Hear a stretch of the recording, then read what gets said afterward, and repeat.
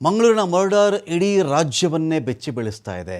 ಇತ್ತೀಚೆಗೆ ಎಲ್ಲೇ ನೋಡಿ ನೀವು ಈ ಮರ್ಡರ್ಗಳ ಬಗ್ಗೆ ಏನು ಇಷ್ಟೊಂದು ಸಲೀಸ ಒಂದು ಮರ್ಡರ್ ಅನ್ನುವಷ್ಟರ ಮಟ್ಟಿಗೆ ಮರ್ಡರ್ಗಳಾಗ್ತಾ ಇದೆ.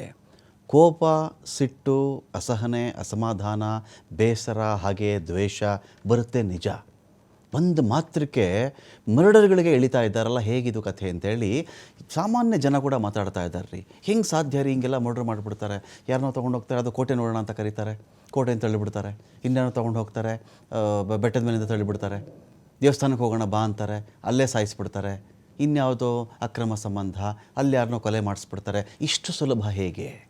ಮೊದಲೆಲ್ಲ ಹೀಗಿರಲಿಲ್ವಲ್ಲ ಅಂತ ಮಾತಾಡ್ತಾರೆ. ಮೊದಲು ಮರ್ಡ್ರೇ ಆಗಿಲ್ವಾ? ಆಗಿವೆ. ಮರ್ಡ್ರ್ ಆಗಿಲ್ಲ ಅಂತಲ್ಲ. ಈಗ ನಾವು ಹೇಳಿದ ಕೇತನ್ ಕೊಲೆ ಕೇಸ್ ಇತ್ತಲ್ರಿ, ಕೇತನ್ ಕೊಲೆನಲ್ಲಿ ಆ ಸಿಯಾ ಅವಳು ಚೆಕ್ ಮಾಡಿದ್ದಾಳಂತೆ, ಪೊಲೀಸರು ನನಗೆ ಹೊಡಿತಾರ ಸ್ಟೇಷನಲ್ಲಿ ಅಂತ. ನೆಟ್ಟಲ್ಲಿ ಸರ್ಚ್ ಮಾಡಿರೋದು. ನಾನು ಅರೆಸ್ಟ್ ಆಗಿಬಿಟ್ರೆ ಈ ಕೇಸಲ್ಲಿ ನನ್ನ ಇವ್ರು ಏನು ಮಾಡ್ತಾರೆ, ನನಗೆ ಇವ್ರು ಹೊಡಿತಾರಾ ಬಡಿತಾರಾ?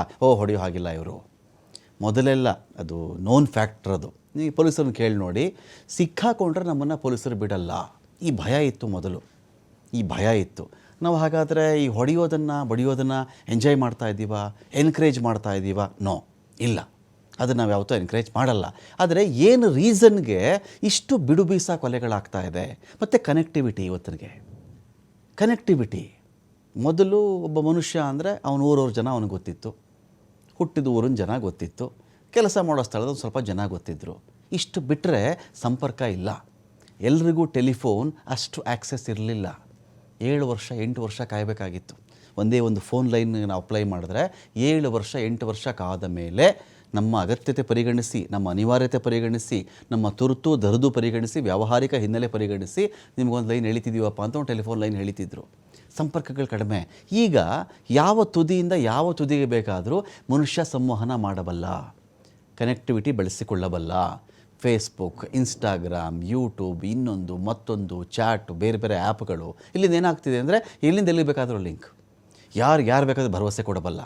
ಏನು ಕಾನೂನು ತಿಳುವಳಿಕೆ ಅಂತ ಬಿಟ್ಟರೆ ಫೋನಲ್ಲಿ ಸರ್ಚ್ ಕೊಟ್ಬಿಟ್ರೆ ಅದೇ ಕಾನೂನು, ಅದೇ ತಿಳುವಳಿಕೆ, ನಾವು ಹೇಗೆ ಬೇಕಾದ್ರೆ ಎಸ್ಕೇಪ್ ಆಗ್ತೀವಿ. ಆನ್ಲೈನ್ ಆರ್ಡ್ರು, ಮಶೆಟ್ ಬೇಕಾ ಅಥವಾ ಒಂದು ಮಚ್ ಬೇಕಾ ನಿಮಗೆ, ಕೊಡಲಿ ಬೇಕಾ?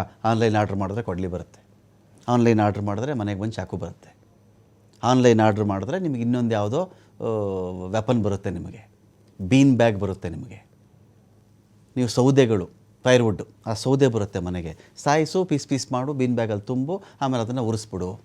ಇಷ್ಟರ ಮಟ್ಟಿಗೆ ಯಾಕಾಗ್ತಿದೆ ಅಂದರೆ ಆ ಕಮ್ಯುನಿಕೇಷನ್ ಸಾಧನಗಳು ಜಾಸ್ತಿ ಆಗ್ತಾಯಿದೆ, ಸಂಪರ್ಕ ಈಸಿ ಆಗ್ತಾಯಿದೆ.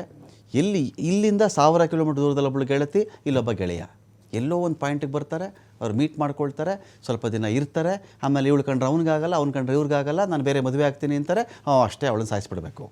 ನನಗಿಲ್ಲದಿದ್ದರೆ ಇನ್ಯಾರಿಗೂ ಇಲ್ಲ, ನವ್ ಆರ್ ನೆವರ್, ಇವತ್ತಲ್ದ್ರೆ ಇನ್ಯಾವತ್ತೂ ಆಗಲ್ಲ, ಇವತ್ತು ಮುಗಿಸ್ಬೇಕು ಅಂಥೇಳಿ ನೋಡಿ ಹೀಗೆ ಸಾಯಿಸಿ ಓಡಿ ಹೋಗ್ಬಿಡೋದು. ಎಷ್ಟರ ಮಟ್ಟಿಗೆ ಅಂದರೆ ಅವನಿಗೂ ಪ್ರಜ್ಞೆ ಇಲ್ಲ. ನಾನು ಈಕೆಯನ್ನು ಕೊಲೆ ಮಾಡ್ತಾ ಇದ್ದೀನಿ, ನನ್ನ ಜೀವನ ಏನು, ನನಗೊಂದು 20-25 ವಯಸ್ಸು ಏಜ್ ಇರಬೇಕು, ಎಲ್ಲಿ ಹೋಗಲಿ ಮುಂದಕ್ಕೆ, ನಾನು ಕೊಲೆಗಡಕ ಆಗ್ಬಿಡ್ತೀನಿ. ನಾನು ಇಲ್ಲಿವರೆಗೂ ಈ ಥರ ಕೊಲೆ ಮಾಡೋರು ಎಸ್ಕೇಪ್ ಆಗಿದ್ದಾರಾ? ಅವರು ಜೈಲಲ್ಲಿ ಕಾಲ ಕಳೀತಾ ಇಲ್ವಾ? ಅವರ ಬದುಕೇನು? ಜೈಲಿಗೆ ಹೋಗೋವ್ರಿಗೂ ಅಷ್ಟೇ ಅಪ್ಡೇಟ್ಗಳು. ಜೈಲಿಗೆ ಹೋದ್ಮೇಲೆ ಊಟಕ್ಕೆ ಏನು ಪಾಡುಪಡ್ತಾ ಇದ್ದಾನೆ, ಬೆಡ್ಶೀಟ್ಗೆ ಏನು ಪಾಡುಪಡ್ತಾ ಇದ್ದಾನೆ ಗೊತ್ತಿಲ್ವಲ್ಲ. ನೋಡಿ, ತಲ್ವಾರಿಂದ ಕೊಚ್ಚಿ ಕೊಲೆ ಮಾಡಿದ್ದು ಆರೋಪಿ. ಇಲ್ಲಿ ಕೊನೆಗೂ ಕೊಲೆ ಆರೋಪಿ ಪಾಗಲ್ ಪ್ರೇಮಿ ಚೇತನ್ ಅರೆಸ್ಟ್ ಆಗಿದ್ದಾನೆ. ಬರೀ ಪಾಗಲಲ್ಲ, ಇವರು ವಿಕೃತಿಯವರೆಲ್ಲರೂ ಕೂಡ.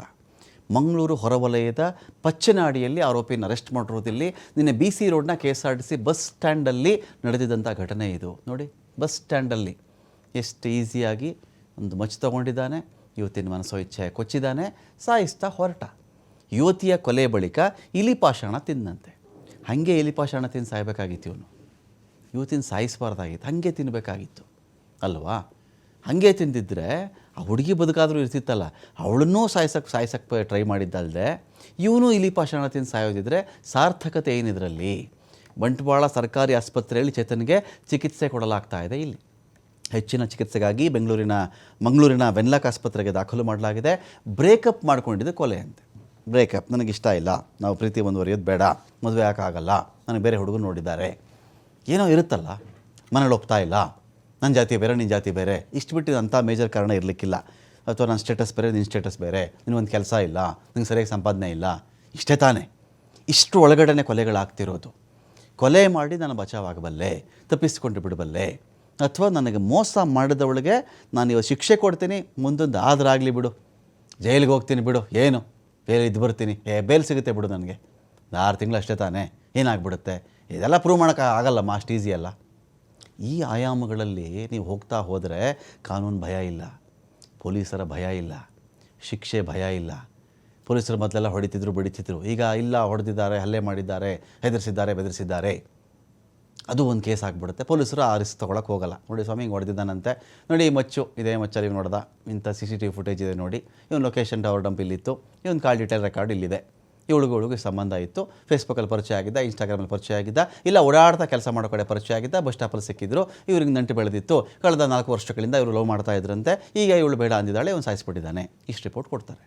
ಸೊ ಅದರ ಮೇಲೆ ಆ ಮಚ್ಚು ಒಂದೇನಾ, ಫಿಂಗರ್ ಪ್ರಿಂಟ್ ಒಂದೇನಾ ಅಲ್ವಾ, ಅವನು ಆ ಸ್ಪಾಟಲ್ಲಿ ಇದ್ನಾ ಇಲ್ವಾ, ಇಲ್ಲ, ಅವ್ನು ಸಾಯಿಸೇ ಇಲ್ಲ, ಕಟ್ಟುಕತೆ, ಇದೊಂದು ವಾದ ಅಲ್ಲೊಂದು ಶುರುವಾಗುತ್ತಲ್ಲ. ಸೊ 4 ವರ್ಷಗಳ ಲವ್ ಮಾಡಿದಂಥ ಈ ಚೇತನ್ ಮತ್ತು ಲಾವಣ್ಯ ಬ್ರೇಕಪ್ ಮಾಡ್ಕೊಂಡ್ರಂತೆ. ಇದೇ ಕಾರಣಕ್ಕೆ ತಲವಾರು ತಗೊಂಡ ಕೊಚ್ಚಿ ಲಾವಣ್ಯಳನ್ನು ಕೊಂದು ಹಾಕದ ಅಂತ ಇವನ ಮೇಲೆ ಇರತಕ್ಕಂಥ ಆರೋಪ. ಬ್ರೇಕಪ್ ಬಗ್ಗೆ ದೊಡ್ಡಪ್ಪನ ಮಗನ ಬಳಿಯಲ್ಲಿ ಹೇಳಿಕೊಂಡಿದ್ದು ಲಾವಣ್ಯಳಿಗೆ ದೂರದ ಸಂಬಂಧಿ ಕೂಡ ಹೌದು. ಯಾರೂ ಈ ಚೇತನ್, ಆರೋಪಿ ಚೇತನ್ ಇದು ಮನೆಗೆ ತೆರಳಲಿಕ್ಕೆ ಬಸ್ನಲ್ಲಿ ಕೂತ್ಕೊಂಡಿದ್ದಂತೆ ಯುವತಿ ಲಾವಣ್ಯ. ಇದೇ ವೇಳೆ ಬಸ್ನೊಳಗಡೆ ನುಗ್ಗಿ ಯುವತಿಯನ್ನು ಕೆಳಗಡೆ ಇಳಿಸಿ ಹತ್ಯೆ ಮಾಡಿ ಹಾಕಿದ್ದಾನೆ ಅಂತ ಇವನ ಆರೋಪ ಇದೆ. ಇಲ್ಲಿ ಆರೋಪಿ ಚೇತನ್ ಕೂಡ ಬೆಳ್ತಂಗಡಿ ತಾಲೂಕಿನ ಒಡಿಲ್ನಾಳ ನಿವಾಸಿ. ಇವನು ಕೊಲೆ ಆದಮೇಲೆ ಸಹೋದ್ಯೋಗಿಯ ಕಾರಲ್ಲಿ ಪರಾರಿಯಾಗಿದ್ದು ಚೇತನ್ ಅಂತ ಆರೋಪ ಇದೆ. ಯುವತಿ ಕೊನೆ ಕ್ಷಣ ಹೇಗಿತ್ತು ಅಂದರೆ, ಹತ್ಯೆಗಿಂತ ಕೆಲವು ಕ್ಷಣಗಳ ಮುಂಚೆ ಮನೆಯವರಿಗೆ ಲಾವಣ್ಯ ಕಾಲ್ ಮಾಡಿದ್ದಳು, ಫೋನ್ ಮಾಡಿ ಮಾತನಾಡಿದ್ದವಳು. ತಲ್ವಾರ್ ದಾಳಿ ಆಗಬೇಕಾದ್ರೆ ತನ್ನನ್ನು ಕಾಪಾಡಿ ಅಂತ ಕಿರಿಚಿಕೊಂಡಿದ್ದಳು. ಕಾಪಾಡಿ ಅಂತ ಕಿರಿಚಿಕೊಂಡಿದ್ದು ಲಾವಣ್ಯಲ್ಲಿ ತನ್ನ ಭಾವನೊಂದಿಗೆ ಕಡೆಯದಾಗಿ ಮಾತನಾಡಿದ್ದು ಲಾವಣ್ಯ. ಮಾತನಾಡಬೇಕಾದ್ರೇ ಅಟ್ಯಾಕ್ ಮಾಡಿದ್ದ ಈ ಆರೋಪಿ ಚೇತನ್. ಚೀರಾಟ ಕೇಳಿ ತಕ್ಷಣ ಸ್ನೇಹಿತರಿಗೆ ಕಾಲ್ ಮಾಡಿದ್ದು ಲಾವಣ್ಯಳ ಭಾವ ಗೌತಮಿಯಲ್ಲಿ. ಅದಾಗಲೇ ಈ ಆರೋಪಿಯ ಕ್ರೌರ್ಯಕ್ಕೆ ಲಾವಣ್ಯ ಮುದರಿ ಮೂಟೆ ಆಗಿಬಿಟ್ಟಿದ್ದಳು. ಸೊ ಅಂದರೆ ಇಲ್ಲಿ ಏನಾಗ್ತಿದೆ, ಕಾನೂನು ಭಯ ಇಲ್ಲ, ಕನೆಕ್ಟಿವಿಟಿ ಜಾಸ್ತಿ, ಪೊಲೀಸರ ಭಯ ಇಲ್ಲ, ಈಸಿಯಾಗಿಬಿಟ್ಟಿದೆ ಕೊಲೆಗಳು. ಯಾರು ಬೇಕಾದ್ರೂ ಸಾಯಿಸ್ಬೋದು ಇವಾಗ, ಏನು ದೊಡ್ಡ ವಿಷಯನೇ ಅಲ್ಲ. ಯಾಕಂದರೆ ಕನ್ವಿಕ್ಷನ್ ರೇಟನ್ನು ಪೊಲೀಸ್ ಡಿಪಾರ್ಟ್ಮೆಂಟ್ ಎಲ್ಲಿವರೆಗೆ ಜಾಸ್ತಿ ಮಾಡಲ್ಲ. 100 ಮರ್ಡ್ರ್ಗಳಾದರೆ ಎಷ್ಟು ಮಹಾ ಕನ್ವಿಕ್ಷನ್ ಆಗ್ತಿದೆ ಅಂತ ಅಂದ್ಕೊಂಡಿದ್ದೀರಿ?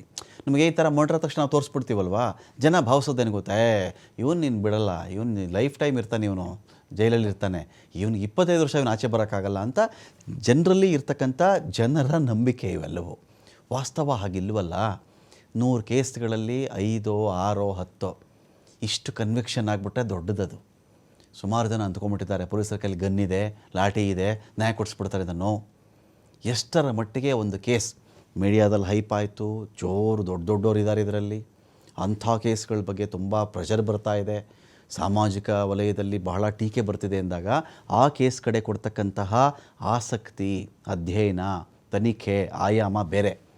ಏನು ಇಲ್ವಾ, ಏನೋ ಒಂದಿನ ಬಂತು ಸತ್ತೋದ್ರಂತೆ ಅಂತ ಹೋದಾಗ ಎಲ್ಲಿ ಬಂದಿದ್ದ, ಎಲ್ಲಿ ಓದಿದ್ದ, ನಿಮ್ಗೆ ಆ ಚಾರ್ಜ್ ಶೀಟಲ್ಲಿ ತಾಕತ್ತಿರಬೇಕು. ಯಾವಾಗ ಚಾರ್ಜ್ ಶೀಟಲ್ಲಿ ತಾಕತ್ತಿರಲ್ಲ, ಆರೋಪಿ ಎಸ್ಕೇಪ್ ಆಗಲಿಕ್ಕೆ ಅವರೇ ದಾರಿ ಮಾಡಿಕೊಟ್ಟಂಥದ್ದು. ಸಾಕ್ಷ್ಯ ಸರಿ ಕಲೆಕ್ಟ್ ಮಾಡಬೇಕಾಗತ್ತೆ ನೀವು. ಬಸ್ಸು ಬಂದಿದ್ದು, ಇಳಿದಿದ್ದು, ಆರೋಪಿ ಹೊಡೆದಿರೋದು, ಬಡ್ದಿರೋದು, ಅವನ ಗುರುತು, ಅವನ ಫಿಂಗರ್ ಪ್ರಿಂಟ್ಗಳು, ಅವಳು ಸಂಭಾಷಣೆ, ಆ ಸ್ಥಳ, ಮಹಜರು, DNA, ಫಾರೆನ್ಸಿಕ್ಕು, ಧರಿಸಿದಂಥ ಬಟ್ಟೆಗಳು, ಇವನ ಬಟ್ಟೆ ಮೇಲೆ ಅವಳ ಬ್ಲಡ್ ಏನಾದರೂ ಬಿದ್ದಿದ್ದು, ಇವೆಲ್ಲ ಬೇಕಾಗ್ತವೆ ನಿಮಗೆ. ಇದನ್ನು ಎಷ್ಟು ಸೀರಿಯಸ್ ಆಗಿ ಮಾಡ್ತಾರೆ ಗೊತ್ತಿಲ್ಲ ನಮಗೆ. ಇದು ಮಾಡದೇ ಇದ್ದಾಗ ಏನಾಗ್ಬಿಡುತ್ತೆ ನಿಮಗೆ ಅಂತ ಹೇಳಿದ್ರೆ, ಈಸಿ ಅಲ್ಲಿ ಕೇಸ್ ಬಿದ್ದು ಹೋಗ್ಬಿಡ್ತವೆ. ಇವನೇ ಸ್ವಲ್ಪ ದಿನ ಬಿಟ್ಟರೆ ಇವನಲ್ಲಿ ಆಚೆ ಓಡಾಡ್ತಾ ಇರ್ತಾನೆ. ಒಂದು ಕೊಲೆ ಮಾಡಿ ಅವ್ನು ಸಾಯಿಸ್ನಲ್ಲೋ ಮೊನ್ನೆ, ಇವನೇ ತಾನೇನೋ ಆಚೆ ಓಡಾಡ್ತಾ ಇದ್ದಾನಲ್ಲೋ ಅಂದರೆ ಇನ್ನೊಬ್ಬನಿಗೆ ಧೈರ್ಯ, ನಮ್ಮದು ಇಷ್ಟ, ನಾವು ಆರಾಮಾಗಿ ಕೊಲೆ ಮಾಡಬಹುದು ಅಂತ. ಈ ಒಂದು ವಿಚಾರದಲ್ಲಿ ರಾಜ್ಯದ ಪೊಲೀಸ್ ಇಲಾಖೆಗೆ, ಗೃಹ ಸಚಿವರಿಗೆ ನಮ್ಮ ಕಡೆದೊಂದು ಮನವಿ ಇದೆ. ದಯವಿಟ್ಟು ಇದ್ರ ಕಡೆ ಗಮನ ಕೊಡಿ. ಕನ್ವಿಕ್ಷನ್ ರೇಟ್ ಜಾಸ್ತಿ ಮಾಡಿ. ತನಿಖೆ ಇನ್ನೂ ಆಳ ಆಗಲಿ, ಇನ್ನೂ ಅಗಲವಾಗಿರಲಿ, ವಿಶಾಲವಾಗಿರಲಿ, ಇನ್ನೂ ಡೆಪ್ತ್ ಇರಲಿ, ಇನ್ನೂ ಸೂಕ್ಷ್ಮವಾಗಿ ಸಮಗ್ರವಾಗಿ ಆಗಲಿ ತನಿಖೆಗಳು. ಸಾಕ್ಷ್ಯ ಸಂಗ್ರಹ ಸರಿಯಾಗಲಿ, ಚಾರ್ಜ್ ಶೀಟ್ಗಳಿಗೆ ತಾಕತ್ತು ಜಾಸ್ತಿ ಇರಲಿ, ಸೊ ದ್ಯಾಟ್ ಕೋರ್ಟಲ್ಲಿ ಅದು ಪ್ರೂವ್ ಮಾಡಲಿಕ್ಕೆ ಆಗುತ್ತೆ ಅಂತ.